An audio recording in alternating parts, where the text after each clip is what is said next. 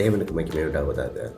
மோசேயுடைய உடலை குறித்து தேவதூதர்களுக்கும் பிசாசானவனுக்கும் தர்க்கம் நடந்தது. ஆனால் அவர்கள் தேவனுடைய நாமத்தினாலே அவனை கடிந்து கொண்டார்கள். இப்படின்ற ஒரு காரியம் யூதா 1 அதிகாரம் 9 இருக்கு. நான் படிக்கிறேன். பிரதான தூதனாகிய மீகாவேல் மோசேயின் சரீரத்தை குறித்து பிசாசுடனே தர்க்கித்து பேசின போது அவனை தூஷணமாய் குற்றப்படுத்த துணியாமல் கர்த்தர் உன்னை கடிந்து கொள்வாராக என்று சொன்னான்.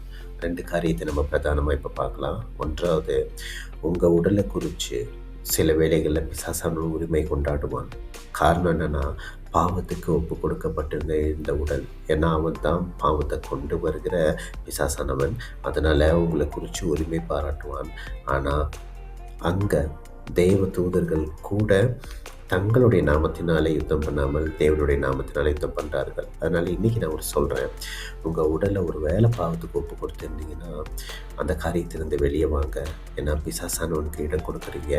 உங்கள் உடலை குறித்து உரிமை பாராட்டி தர்க்கம் பண்ணுகிறதுக்கு அவன் துணிஞ்சவன். அது முதலாவது காரியம். 2வது காரியம் ஒன்று பார்ப்போம்.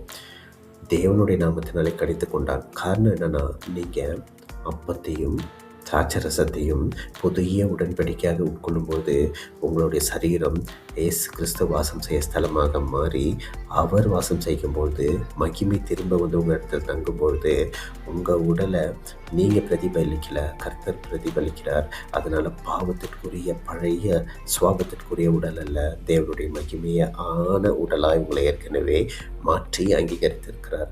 அதனால் தேவ தூதர்கள் தேவனுடைய நாமத்தினாலே அவனை கடிந்து கொண்டு அப்புறப்படுத்துவார்கள். அதனால் உங்கள் உடலை பார்த்து ஒப்பு கூட வந்துருங்க. அதுபோல் தேவனுடைய ஐக்கியம், அந்த கம்யூனியன் சொல்லுவோம்ல, அதில் பங்கு ஏற்றுக்குங்க. சபை கூடி வருதலை விட்டு விடாதிருங்க. தேவன் உங்களுக்கு ஜெயத்தை தருகிற தேவனாக இருக்கிறார். எந்த பிசாசானவனும் உரிமை பாராட்ட முடியாது, தர்க்கம் பண்ணி ஜெயிக்க முடியாது. தேவன் உங்களுக்காக யுத்தம் பண்ணி ஜெயித்திருக்கிறார். இயேசு உங்களை ஆசீர்வதிப்பாராக.